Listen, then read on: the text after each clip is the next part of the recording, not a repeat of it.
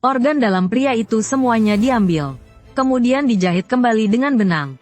Tapi dia tidak mati, bahkan bisa bangun dan berjalan seperti orang normal. Tapi ketika dia melihat pisau bedah berlumuran darah di samping, dia tiba-tiba merasa ada yang tidak beres. Segera menunduk melihat tubuhnya sendiri. Jahitan rapat di tubuhnya membuatnya langsung sadar. Ginjalnya diambil orang. Dalam kepanikan dia bangkit, ingin mengambil ponsel untuk menelepon polisi. Berharap paman bertopi bisa bantu temukan ginjalnya dan memasangnya kembali. Namun tiba-tiba muncul rasa hampa dari dalam tubuhnya. Seluruh tubuhnya lemas jatuh ke tanah. Saat itu samar-samar dia teringat. Saat operasi dokter sempat bergumam. Karena situasi pasar sedang buruk, harga ginjal anjlok drastis. Untuk mendapat untung lebih, semua organ tubuhnya dikuras habis. Bahkan, bolanya pun tidak disisakan. Dengan susah payah dia meraih ponselnya. Tapi mendapati semua fungsi telah hilang. Hanya tersisa satu aplikasi bernama Dunia Hasrat. Saat itu Wang Ming seakan melihat arwah nenek buyutnya melambai. Tapi demi bertahan hidup, dia memilih membuka aplikasi misterius itu. Begitu aplikasi dibuka, bisikan misterius terdengar di dalam pikirannya. Selama bisa melewati ujian hasrat, dia bisa mewujudkan keinginan apapun, dan kembali ke dunia nyata. Dalam keputusasaan, Wang Ming langsung menekan setuju. Sekejap dunia berputar hebat. Dia mendapati dirinya dipindahkan ke dunia asing. Dia meraba tubuh kosongnya. Kabar baiknya, dia masih hidup. Kabar buruknya, semua organ lenyap. Tiba-tiba sebuah bas perlahan berhenti di sampingnya. Seorang kondektur berpakaian ketat turun dari bas. Namun wajahnya sangat pucat. Melihat itu, Wang Ming hanya bisa menggeleng. Ternyata dia tetap menyukai wanita cantik yang segar dilihat. Sikap tenangnya menarik perhatian si kondektur. Tapi Wang Ming sudah berbeda. Sekarang dia tak punya apa-apa lagi, kecuali dibunuh di tempat. Kalau tidak, dia tidak punya rasa takut sedikit pun. Namun kondektur itu tidak mempersulitnya. Hanya memberi isyarat undangan pada Wang Ming, memintanya naik ke bas di belakang. Tapi Wang Ming tetap tak bergeming. Bahkan menyuruh kondektur mengatakan, "Tuan muda, silakan naik." Kondektur itu pun jadi bingung di tempat. "Kenapa tidak ku dengar kau mengatakan, 'Tuan muda, silakan naik'?"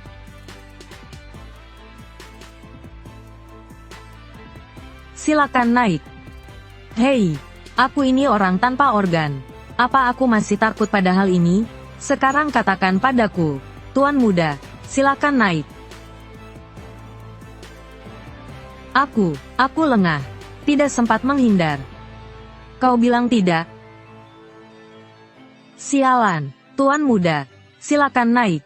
Barulah Wang Ming menunjukkan senyum kemenangan. Dengan santai dia naik ke dalam bas. Begitu menginjakkan kaki ke dalam, pakaian Wang Ming langsung berganti otomatis. Dia melihat sekeliling. Ternyata sudah ada belasan penumpang di dalam bas. Dia memilih kursi kosong lalu duduk, tanpa sengaja menyentuh lengan gadis di sebelah. Setelah merasakan suhu tubuh normal, Wang Ming yakin bas ini bukan menuju neraka. Begitu mesin menyala, tiba-tiba kondektur berdiri. "Selamat datang di dunia hasrat. Dengarkan bisikan dewa." Dewa berkata, "Tantangan kalian dimulai sekarang. Tantangan pertama kalian bernama pengorbanan. Tugasnya sangat sederhana. Mohon semua peserta dengarkan baik-baik. 10 menit lagi, kita akan melewati sebuah jembatan besar. Jembatan ini sudah sangat tua dan rusak. Tak mampu menahan beban sebanyak ini.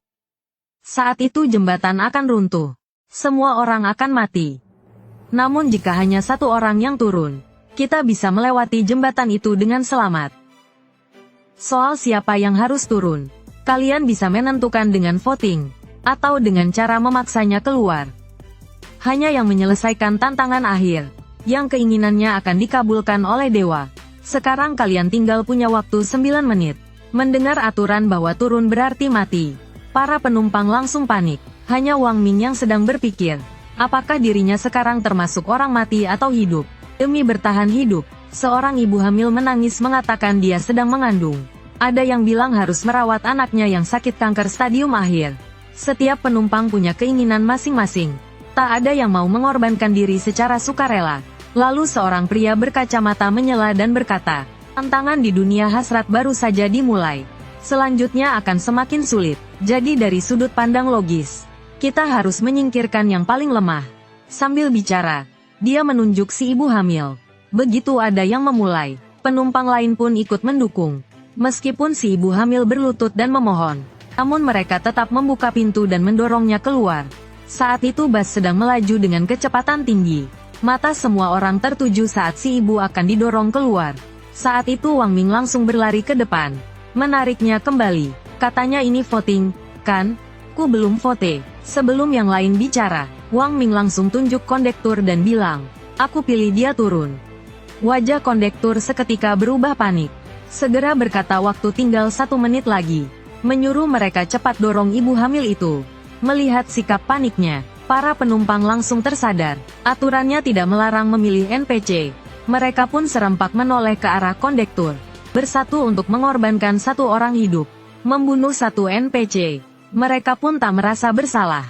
Kondektur gemetar karena marah. Sekarang, Nona, silakan turun. Kondektur menjerit menolak. Katanya tidak boleh dipaksa turun. Wang Ming hanya menyeringai dingin. Saat naik tadi, aku tampar dia dan dia tak melawan. Itu berarti dia juga terikat aturan tertentu. Tak bisa melukai penumpang semaunya. Setelah rahasianya terbongkar, kondektur pun panik.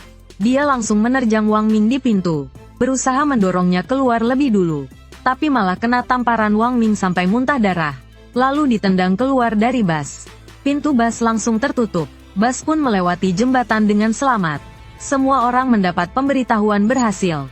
Tujuan berikutnya, Senja yang menangis. Namun Wang Ming sedikit tercengang. Karena tiba-tiba ada secarik jimat di tangannya. Lalu muncul pesan dalam benaknya. Jimat ini adalah tiket roh jahat. Memakainya akan memberi kekuatan roh jahat. Wang Ming tak peduli bahaya atau tidak. Langsung menyimpannya ke saku. Peralatan gratis begini, tidak diambil rugi. Tiba-tiba bus mengerem mendadak. Tujuan, panti jompo berdarah telah tiba. Semua orang mulai turun satu persatu. Saat giliran ibu hamil, dia tiba-tiba menjerit keras. Di tanah ada boneka rusak tergeletak. Wajahnya yang terdistorsi hampir membuat si ibu pingsan. Wang Ming menendang boneka itu menjauh. Menyuruh ibu itu tak perlu panik. Setelah semua orang turun, bus pun pergi tanpa menoleh ke belakang. Mereka terpaksa berjalan masuk ke panti jompo. Lalu gerbang tiba-tiba terbuka. Yang menyambut mereka adalah wanita cantik dewasa. Ia mengaku sebagai kepala panti ini, dan memimpin mereka masuk ke dalam. Namun bagian dalam sangat kotor dan rusak. Yang lebih menakutkan lagi, ada tangan dan kaki tergantung di langit-langit. Teman cewek Wang Ming langsung lompat ke pelukannya ketakutan. Kepala panti langsung memberi tugas. Setiap orang harus merawat 3 kamar lansia. Di depan kamar tertempel catatan dari keluarga. Semua harus dilakukan sesuai aturan. Dapur ada di lantai 1 paling kanan. Setiap kamar memiliki toilet. Setelah bicara, dia mengeluarkan tumpukan kartu tugas. Lalu melemparkannya ke arah mereka. Sebelum pergi, kepala panti memperingatkan agar tidak keluar kamar saat malam. Dan jangan tidur terlalu nyenyak. Segera, Wang Ming membawa kartu tugas ke depan kamar 203. Setelah membaca catatan keluarga, dia langsung kesal. Tuntutannya terlalu banyak, lagian jadi sukarelawan kan gak digaji. Tapi karena orang itu suka makanan matang, dia tetap harus ke dapur di lantai 1. Saat itu dapur sudah sibuk.